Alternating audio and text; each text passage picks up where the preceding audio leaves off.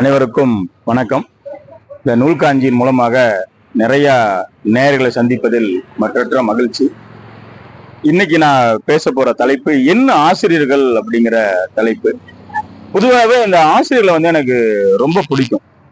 என்ன காரணம்னா, நம்ம எவ்வளவுதான் உயர்ந்த பதவியில உயர்ந்த இடத்துல இருந்தால் கூட அவர்கள் அந்த அலைபேசியில் பேசும்போது கூட நான் அவங்க பேசி முடிக்கல நின்றுட்டு தான் பேசுவான். ஏன்னா அந்த அளவுக்கு அவங்க உயிரா நினைக்கக்கூடிய ஆசிரியர் பெருமக்கள். அதுல எனக்கு ரொம்ப பிடிச்ச ஆசிரியர்ல திருமதி சரஸ்வதி டீச்சர். சரஸ்வதி டீச்சர்கிட்ட பிடிச்ச என்னோட 4ஆம் கிளாஸ் டீச்சர் அவங்க. இந்த இன்னைக்கு நான் உங்களோட மனப்பாடமா பேசுற செயல்கள், திருக்குறள், இப்படி பல பாடல்கள் அவங்ககிட்ட இருந்து நான் கத்துக்கிட்டேன். இன்னும் கோவையில இருந்தவங்க இப்ப தற்சமயம் திருச்செங்கோடுல இருக்காங்க. ஒட்டஞ்சத்திரத்துல நான் தங்கச்சி மாவட்டிங்கிற கிராமத்துல 1 முதல் 8 வகுப்பு வரை அங்கதான் நான் படித்தேன். எனக்கு ஒரு பெரிய வாய்ப்பு, ஒரு குடுப்பினை என்ன அப்படின்னா, அவங்களோடவே டிராவல் பண்ணி இருந்திருக்கிறேன். சாப்பிடும்போது நீ எங்கேயாவது பார்த்தாங்கன்னா சாப்பிட்டியாப்பான்னு கேட்பாங்க. அந்த சாப்பிட்டியாப்பான்னு கேட்கிற ஒரு தருணம் எதுன்னா, அம்மா மட்டும்தான் நம்மகிட்ட கேட்பாங்க.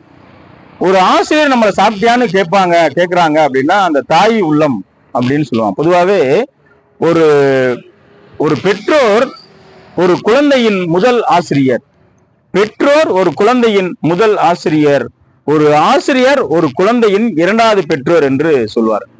அவங்க அந்த 4ஆம் வகுப்புல பேசக்கூடிய பாடல்கள், பூம்புகாரை பத்தி என்கிட்ட நிறைய பேசுவாங்க.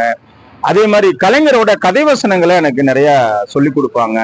திருக்குறள் நிறைய குறள்கள் திருக்குறள் நிறைய வாசிப்பேன். அவங்களுடைய மிகப்பெரிய ஒரு பிடித்தமான மாணவர் நான். அவங்க சொல்லக்கூடிய அந்த பாடல்கள், அவங்களுடைய அந்த பாட்டு, கதைகள் எல்லாமே எனக்கு ரொம்ப பிடிச்ச விஷயங்கள். சரஸ்வதி டீச்சரு. அதே மாதிரி வேலாத்தா டீச்சர். அதே மாதிரி வேலாத்தா டீச்சர்கிட்ட அந்த கையெழுத்து நல்லா இருக்காதுன்னு என்கிட்ட சொல்லுவாங்க. அப்ப என்கிட்ட அப்பவே சொல்லுவாங்க, கையெழுத்து நல்லா இல்லைன்னா தலையெழுத்து நல்லா இருக்குண்டா அப்படின்னு சொல்லி எங்க சொல்லுவாங்க. ஒரு முறை வகுப்புக்கு போகாம சேட்டை பண்ணிட்டு வீட்டிலேயே இருந்துக்கிட்டேன். அதுக்கப்புறம் அப்பா கூப்பிட்டு என்னைய ஸ்கூல்ல விட்டு, இவனை கண்ணை மட்டும் விட்டுட்டு உரிச்சு எடுங்கன்னு சொல்லி என்னுடைய ஆசிரியர் சொன்னான்.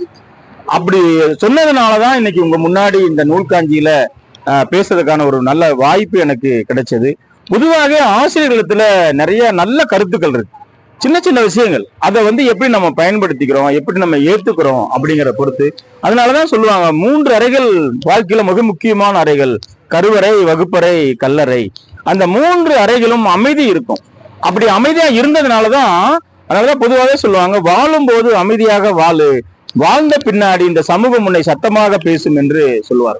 இப்படி நல்ல கருத்துக்களையும் நல்ல சிந்தனைகளையும் வகுப்பறையில் நம்மளுக்கு கத்துக் கொடுக்கும். அப்படிப்பட்ட நல்ல வகுப்பறைகள் இன்னைக்கு காணாம போயிருச்சு என்று சொல்லுவார். இந்த டச்சு போன் வந்ததுக்கு அப்புறம் வகுப்பறைனா என்னன்னே தெரியாது அப்படிங்கிற ஒரு சூழல். அதே மாதிரி பொதுவான கருத்துக்கள் பாத்தீங்கன்னா, ஆசிரியர்கிட்ட பிடிச்ச விஷயம் என்னன்னா, நிறைய விஷயங்கள் படிப்பாங்க, நம்மளுக்காகவே படிச்சுட்டு வருவாங்க. அவங்கள படிக்க வைக்கிறது யாரு அப்படின்னா மாணவர்கள் தான்.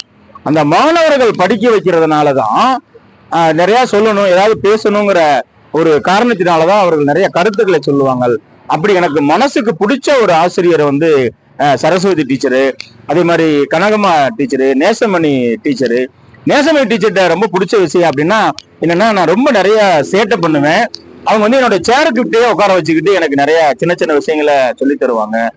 சின்ன சின்ன விஷயங்களை பேச வைப்பாங்க. அதே மாணவர் மத்தியில பேசுற அப்படிங்கிறது அந்த வகுப்புலயே எனக்கு, அந்த பள்ளி காலத்திலேயே எனக்கு உருவானது என்று சொல்லி மேத்தாவோட ஒரு கவிதையோட நான் முடிக்கிறேன்.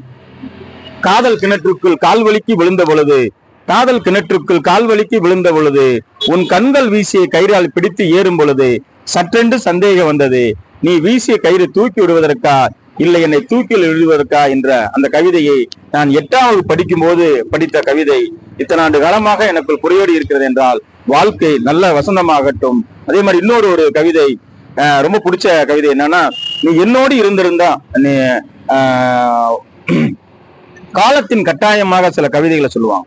அப்பா பத்தி ஒரு கவிதை சொல்லும்போது சொல்லுவாங்க, ஒவ்வொரு முறையும் எனக்கு வேர்க்கும் போதெல்லாம் எங்க அப்பா எனக்கு விசிறியாக இருந்தார், ஒவ்வொரு முறையும் எனக்கு வேர்க்கும் போதெல்லாம் எங்க அப்பா விசிறியாக இருந்தார், அந்த விசிறிக்கு எப்போது வேர்க்கும் நான் விசிறி ஆவேன் என்று சொல்லி அப்பாக்களிடம் கற்றுக்கொண்ட கருத்துக்களை, அப்பாக்களிடம் சொல்லிக் கொடுக்கக்கூடிய அந்த சொற்களை அடுத்த தலைமுறைக்கு நம் மகனுக்குத்தான் கொடுப்போம் என்று சொல்லி நல்ல கருத்துக்களை படிப்போம், நல்ல செய்திகளை விதைப்போம், நல்ல சமுதாயத்தை உருவாக்குவோம்.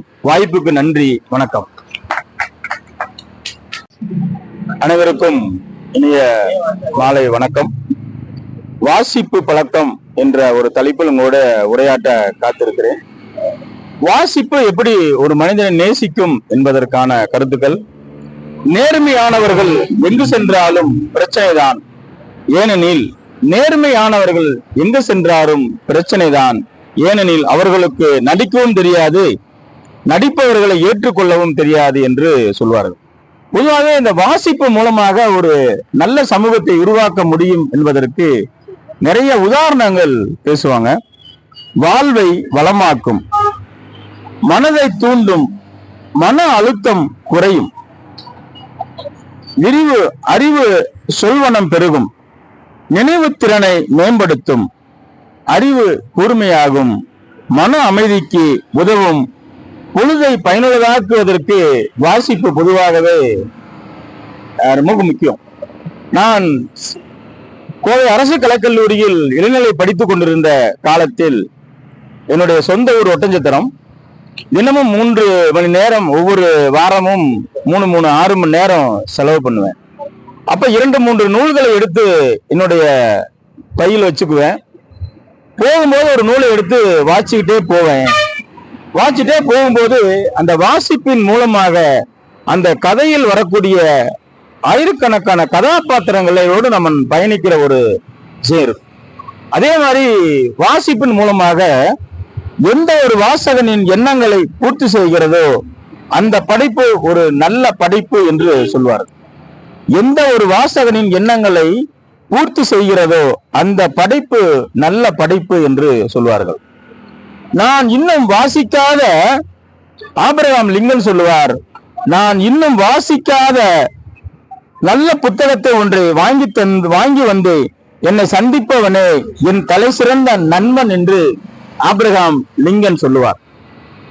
ஜூலியஸ் சீசர் என்ற ஒருவர் பேசும்போது, 1000 புத்தகங்களை வாசித்தவன் ஒருவன் இருந்தால் அவனை காட்டுங்கள். 1000 புத்தகங்களை வாசித்தவன் ஒருவன் இருந்தால் காட்டுங்கள், அவனே எனது வாழ்நாள் வழிகாட்டி என்று அவர் குறிப்பிடுவார். டெங்கஸ் கார்ஸ் என்ற அறிஞர் சொல்லுவார், உலகம் வரைபடத்தில் உள்ள மூளை முடுக்குகளுக்கெல்லாம் போக விரும்புகிறாயா, ஒரு நூலகத்திற்குள் செல் என்று சொல்லுவார்கள். உலக வரைபடத்தில் மூளை முடுக்கெல்லாம் நீ செல்ல வேண்டுமா, போக விரும்புகிறாயா, ஒரு நூலகத்திற்குள் செல் என்று சொல்லுவார். பிரான்சிஸ் பேக்கன் என்ற ஒரு அறிஞர் சொல்லுவார், சில புத்தகங்களை சுவைப்போம், சிலவற்றை அப்படியே விழுங்குவோம், சில புத்தகங்கள் மென்று ஜீரணிப்போம் என்று சொல்வார். ஆஸ்கார் வைல்ட் என்ற அறிஞர் சொல்லுவார், உண்மையான வாசகன் வாசிப்பதை முடிப்பதே இல்லை என்று சொல்வார். உண்மையான வாசகன் வாசிப்பதை நிறுத்தவே இல்லை என்று சொல்லுவார். அப்படி சாமுவேல் ஜான்சன் என்ற ஒரு அறிஞர் சொல்லுவார், ஒரு எழுத்தாளன் ஒரு புத்தகத்தை தொடங்கி வைக்கிறான், ஒரு வாசகன் அதனை முடித்து வைக்கிறான் என்று சொல்லுவார்கள். பகத்சிங் சொல்லுவார், தான் தூக்கிடுவதற்கு கடைசி நிமிடம் வரை புத்தகத்தை வாசித்துக் கொண்டிருந்தவர். தான் தூக்கிலிடுவதற்கு கடைசி நிமிடம் வரை புத்தகத்தை வாசித்துக் கொண்டிருந்தவர் பகத்சிங்.